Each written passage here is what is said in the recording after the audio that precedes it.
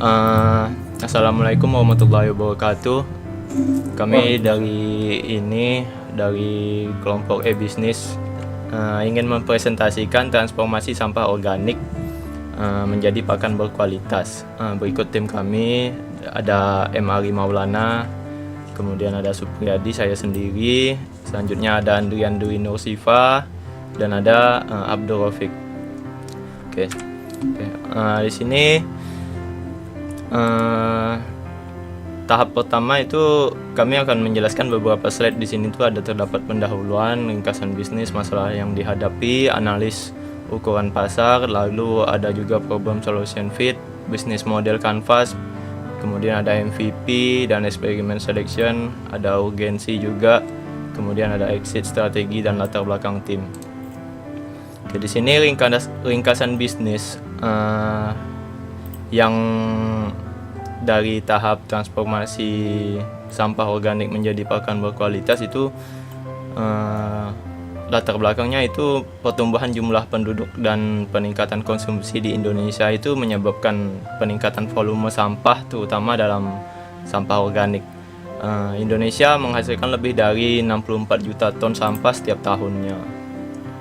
Jadi di mana sekitar ada 60% itu adalah sampah organik. Nah, sampah organik ini yang tidak diolah itu dengan baik menyebabkan masalah lingkungan kayak pencemaran air, tanah, dan emisi gas rumah kaca. Nah, jadi untuk solusinya itu melakukan budidaya maggot. Nah, untuk mengurai sampah organik menjadi protein berkualitas tinggi. Nah, untuk pakan ternak dan pupuk organik juga bisa. Nah, budidaya maggot sendiri itu cukup bisa mengurangi volume sampah organik dan memiliki potensi ekonomi yang cukup besar. Oke, selanjutnya dari masalah yang dihadapi nih, tingginya volume sampah organik. Nah, Indonesia itu kan menghasilkan lebih dari 64 juta ton. Jadi sampah setiap tahunnya. Nah, di sini juga ada keterbatasan sumber pakan berkualitas. Kemudian ada juga dampak lingkungan dari pengelolaan sampah yang buruk. Nah, kurangnya kesadaran dan edukasi mengenai pengelolaan sampah. Selanjutnya juga ada hambatan teknologi dan infrastruktur. Oke. Nah, dari analisis ukuran pasar. Di sini kami sudah hitung jadi total address market atau TAM. Jadi di sini ada populasi peternak lokal itu jumlahnya itu kami asumsikan itu ada 1000 peternak. Nah, konsumsi pakan itu rata-rata peternak itu membutuhkan 500 kg pakan per tahun. Nah, untuk harga pakannya itu bisa 10.000 per kilo. Jadi perhitungan TAM itu mencapai 5 miliar. Nah, kemudian ada juga Service Available Market atau SAM. Definisinya itu bagian dari TAM yang bisa dijangkau. Nah, estimasi dan asumsi kurang lebih ya sama dengan TAM. Jadi perhitungan SAM juga sama dengan perhitungan TAM. Kurang lebih 5 miliar. Selanjutnya ada share of market atau SOM. Nah, target pangsa pasar tahun pertama itu kami targetkan itu 10% aja gitu. Nah, selanjutnya untuk perhitungan SOM-nya itu kurang lebih 500 juta. Oke, selanjutnya bisa dilanjut dari Bang Andrian Nursifa dari slide selanjutnya. Silakan, Bang. Baiklah. Pertama kita akan membahas tentang problem solution fit, di mana kami membudidayakan mangut agar dapat menguraikan sampah-sampah organik agar secara lebih efisien dan juga dapat menghasilkan pakan ternak yang berkualitas tinggi. Hal ini juga dapat menguraikan sampah di TPA yang kita tahu saat ini sampah di TPA sangat banyak jumlahnya dan setiap hari menimbulkan jumlah emisi gas dari rumah kaca yang berbahaya bagi atmosfer bumi ini. Tentu saja dibutuhkan edukasi masyarakat serta teknologi dan infrastruktur yang mendukung agar dapat berjalannya budidaya mangut ini. Di samping itu juga alasan kami mengambil untuk budidaya mangut ini karena pertama adalah tingginya volume sampah organik, di mana Hal ini dapat menjadi solusi karena budidaya mangrove BSF itu tergolong murah dan juga dapat dilakukan di tempat-tempat yang atau di setiap rumah yang ada. Pokoknya setiap rumah itu dapat melakukan budidaya mangrove BSF dengan mudah dan dapat menghemat ataupun dapat mengurangi sampah organik mereka. Kemudian ada keterbatasan dari sumber pangan berkualitas. Kita tahu bahwasannya di zaman saat ini banyak sekali makanan-makanan yang membutuhkan konsumsi daging ataupun protein terutama karena protein merupakan salah satu superfood bagi manusia. Tentu saja mangrove BSF ini merupakan solusi yang cukup baik terutama bagi pakan hewan ternak dan juga mungkin beberapa produk protein lainnya dikarenakan mangrove BSF ini merupakan salah satu penghasil dari produk protein yang cukup tinggi dan berkualitas. Lalu ada dampak lingkungan ya dari pengolahan sampah yang buruk. Kita tahu bahwasannya di TPA saat ini sangat menumpuk terutama untuk sampah organik di masyarakat ini dan juga TPA. Tentu saja untuk solusi dari mangrove BSF ini juga kami pikirkan terkait tentang lingkungan yang buruk ini, di mana pengadaan mangrove BSF ini dapat dengan mudah untuk menguraikan sampah organik dan meminimalisir timbulnya gas emisi rumah kaca. Kemudian ada yang poin keempat yaitu kurangnya kesadaran dan juga edukasi mengenai pengolahan sampah. Di masyarakat Indonesia ini tentu saja saking luasnya masyarakat dan juga tidak meratanya pendidikan, hal ini menjadi hal yang wajar jika orang-orang tidak mengetahui tentang bahayanya gas emisi rumah kaca yang dihasilkan oleh sampah organik. Yang orang tahu adalah sampah organik itu bisa terurai, padahal tidak langsung terurai begitu saja dan akan menghasilkan gas emisi rumah kaca yang berbahaya bagi manusia dan juga bumi. Kemudian ada hambatan teknologi dan infrastruktur. Hal ini tidak dapat kita pungkiri lagi.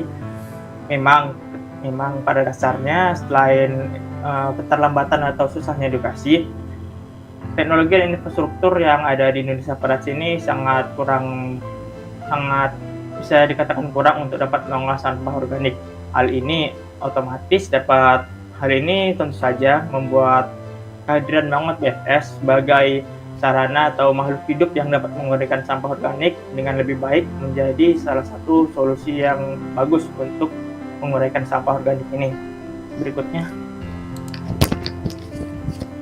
lalu ada bisnis model canvas, di mana di sini kami pada bisnis model canvas ini kami mencari tahu tentang customer dan juga bagaimana cara kami memasarkan produk kami. Pertama ada customer segment.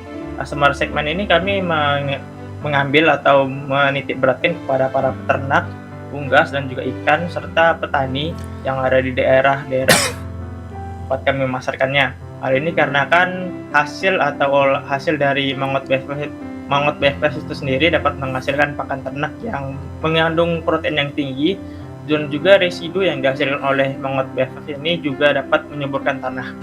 Lalu ada value proposition, yaitu mengurangi sampah organik dan juga dapat menyediakan makanan yang berkualitas bagi hewan ternak seperti yang saya katakan sebelumnya.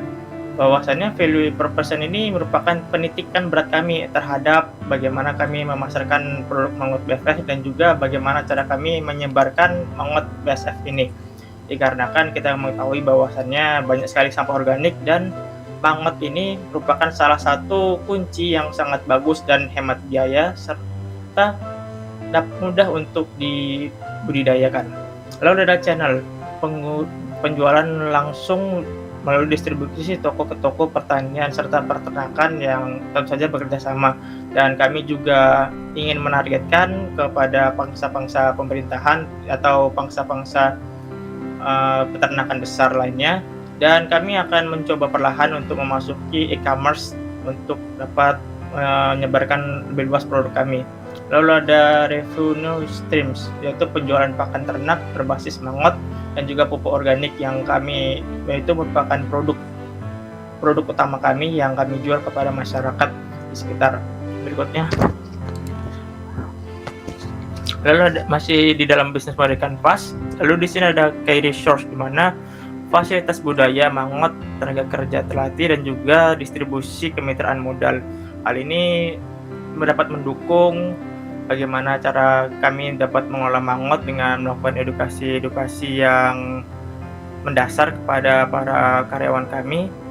Lalu kemudian ada key partnership, mana pemerintah daerah dan juga peternak petani serta pemasok teknologi Institut Pertanian. Fungsi dari key partnership ini adalah untuk mendukung kami terutama dalam hal budidaya, dalam hal bagaimana cara budidaya, pemasaran, dan juga teknologi dalam pengelolaan mangut ini. Lalu ada customer relationship, yaitu penyuluhan dan juga pelatihan layanan pelanggan. Hal ini kenapa kami melatih pelanggan? Di sini kami bukan melatih pegawai kami, tapi melatih pelanggan. Kenapa kami melatih pelanggan? Alasannya agar pelanggan juga dapat mencoba untuk merasakan sendiri manfaat dari budidaya mangut ini dengan mengkomposkan sampah organik mereka agar tidak menimbulkan bau yang cukup menyengat ataupun gas-gas lainnya. Lalu ada cost struktur, di mana ini kami mempertimbangkan biaya awal dan juga teknologi serta bagaimana cara kami mempromosikannya. Lalu ada key activity, yaitu kunci dari aktivitas kami itu adalah pengumpulan sampah-sampah organik. Lalu kami akan melakukan budidaya mangot untuk melakukan produksi dari pakan ternak dan juga melakukan produksi dari pupuk pertanian yang berasal dari residu mangot tersebut. Terima kasih. Selanjutnya bisa dilanjut dari Bang Ari Maulana di penjelasan minimum viable product. Silakan Bang Ari. Oke. Untuk pembahasan minimum viable product, yaitu MVP. MVP adalah salah satu strategi pembangunan produk yang umumnya dilakukan oleh startup. Nah, untuk MVP kita kali ini, diantaranya yang pertama ada identifikasi fitur utama, kemudian ada proses pengembangan MVP, kemudian ada validasi MVP. Untuk identifikasinya sendiri, yaitu pengumpulan sampah organik, kemudian ada proses pengolahan sampah menjadi pakan, kemudian ada pengemasan pakan, lalu ada distribusi awal kepada peternak. Oke, lanjut ke proses pengembangan MVP. Proses pengembangan MVP yaitu ada pengumpulan sampah organik, diantaranya kerjasama dengan restoran, pasar, kemudian sampah-sampah yang ada di masyarakat atau di rumah tangga. Lalu untuk proses pengembangan MVP selanjutnya ialah pengolahan sampah organik menggunakan metode sederhana seperti composting atau fermentasi. Kemudian ada pengemasan pakan menggunakan kemasan sederhana yang menjaga kualitas pakan. Lalu yang terakhir ada distribusi awal, yaitu mulai dengan area lokal atau komunitas peternak di sekitar lokasi pengolahan. Lanjut ke MVP yang terakhir. Nah, di sini ada validasi MVP. Kita menguji coba produk untuk mendistribusikan pakan ke sejumlah peternak untuk uji coba. Lalu untuk selanjutnya penyesuaian berdasarkan umpan balik atau feedback, yaitu melakukan penyesuaian pada proses pengolahan dan formula pakan berdasarkan umpan balik. Oke, nextnya untuk eksperimen selection. Eksperimen selection itu berdasarkan beberapa jurnal yang telah kami analisis, ada beberapa poin yang akan kita bahas, yaitu pelatihan budaya maggot dan potensi pasar Indonesia melalui cyber marketing untuk meningkatkan peluang bisnis. Nah, untuk poin yang kita sajikan di sini yaitu ada survei dan wawancara dengan petani lokal dan juga petani di bidang tumbuhan. Oke, untuk selanjutnya ada uji coba produk pakan kepada hewan ternak dan pupuk pada tanaman. Untuk hipotesisnya yaitu hipotesis pasar, peternak dan petani lokal akan menerima dan menggunakan pakan ternak dan pupuk dari maggot. Untuk pupuknya sendiri dari kotoran maggotnya, kemudian untuk maggotnya sendiri untuk pakan ternaknya. Hipotesis produk pakan ternak dan pupuk dari Maggot BASF akan memberikan nutrisi yang cukup. Untuk hipotesis ekonominya, produksi pakan dan pupuk dari Maggot BASF lebih ekonomis dibandingkan dengan konvensional. Kemudian untuk hipotesis lingkungannya, budidaya Maggot BASF akan mengurangi volume sampah organik secara signifikan. Oke, untuk urgensi di sini ada waktu sampai pengambilan keputusan besar. Nah, di mana poin pertama yaitu menghitung defisit total dalam 6 bulan, yaitu sebesar 17 juta rupiah. Kemudian ada modal cadangan sebesar 3.400.000 rupiah, lalu ada total modal yang diperlukan sebesar 20.400.000 rupiah dalam kurun waktu periode 6 bulan. Kemudian ada NPS atau Net Promoter Score.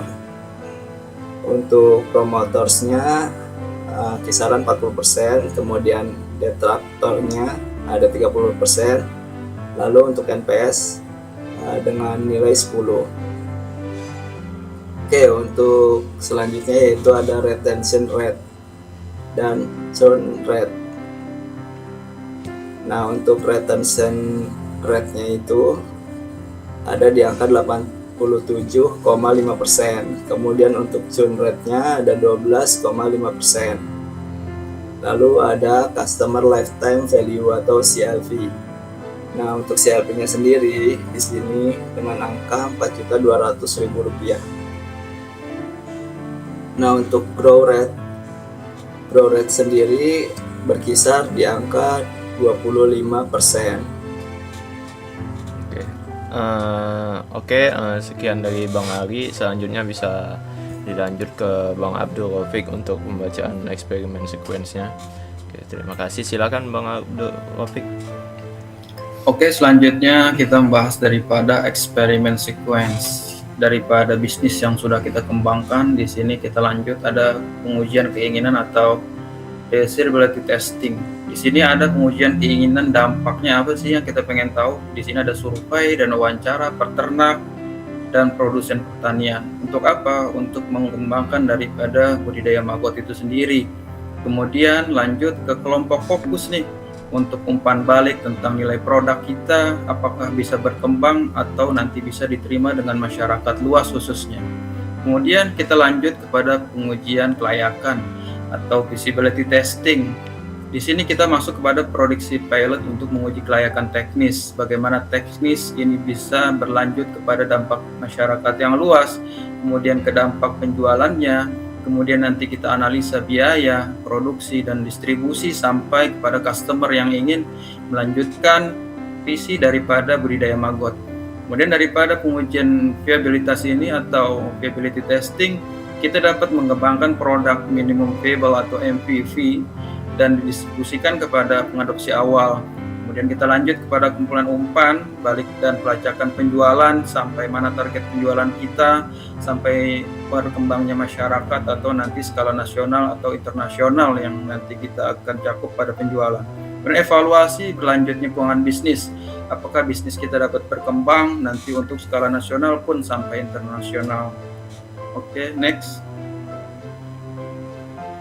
Nah, di sini ada exit strategi kita yang sudah kita tuangkan. Yang pertama adalah target pasar lokal saat ini, fokus pada pasar lokal saat ini yang utama. Karena pasar lokal untuk UMKM khususnya pada budidaya maggot ini kemungkinan kita lihat bisa berkembang. Kemudian nanti kita bisa pasarkan ke skala nasional. Kemudian lanjut ada biaya operasional rendah yang mungkin kita bisa tekan daripada budidaya maggot ini, daripada minimalisir biaya operasional sebisa mungkin agar mendapatkan break-even point yang kita mungkin anggap itu keuntungan yang layak nanti sampai di titik break-even point kita yang lanjut. Kemudian di sini ada rencana ekspansi. Nah, di sini ada rencana ekspansi, biasalah bisnis kita ingin berkembang, bertahap, maju, lebih unggul. Apa sih rencana ekspansi ke pasar lokal atau nanti skala nasional atau internasional yang akan diterima masyarakat? Caranya gimana? kita agar ekspansi budidaya maggot ini menjadi kemasan yang diterima masyarakat dengan unggul, dengan produk kita yang baik khususnya di Indonesia dan di internasional mancanegara. Kemudian berusaha untuk mengadopsi pemasaran baik lokal maupun nasional. Nah, wilayah lokal ini mungkin masih bisa kita berdayakan masyarakat sekitar. Kemudian nanti berkembang kepada skala nasional, akan diterima oleh UMKM, kemudian perusahaan, kemudian kita kembangkan pada pasar internasional. Yakinlah kita dapat mengakomodasi pasar lokal maupun nasional nantinya. Kemudian next. Nah, latar belakang daripada bisnis kita ini adalah meningkatnya masalah sampah organik yang sudah kita ketahui di Indonesia. Memang sampah organik ini sangat merugikan masyarakat, khususnya wilayah-wilayah yang berdampak pada sampahnya menumpuk, khususnya wilayah daerah-daerah yang masih kumuh. Dan disinilah bisnis yang kita bisa kembangkan dengan adanya kebutuhan pakan ternak serta pupuk yang efisien. Kita jadikan bisnis maggot ini lebih berguna untuk masyarakat dan dampak ekonomi bagi masyarakat. Kurangnya kesadaran masyarakat juga dalam mengelola sampah organik ini menjadi masalah penting bagi kita di Indonesia yang belum awareness, belum sadar kepada tingkat kesadaran masyarakat untuk mengelola sampah, apalagi untuk membuang sampah dan menjadikan nilai ekonomis pada sisi rakyat Indonesia. Kemudian tim yang kita unggulkan untuk saat ini adalah bisa memberdayakan masyarakat sekitar ataupun mahasiswa jurusan sistem informasi yang bisa memiliki visi dan untuk mengurangi sampah organik yang semakin banyak dan marak masyarakat, dan kemudian kita menyediakan solusi pakan ternak dan pupuk yang berkualitas untuk skala nasional ataupun internasional nantinya. Oke, terima kasih dari Bang Abdul Rafiq, Bang Ali Maulana, dan Bang Andrian. Kami akhiri presentasi kali ini. Atas perhatiannya kami ucapkan terima kasih. Ya, terima kasih. Berarti Terima kasih.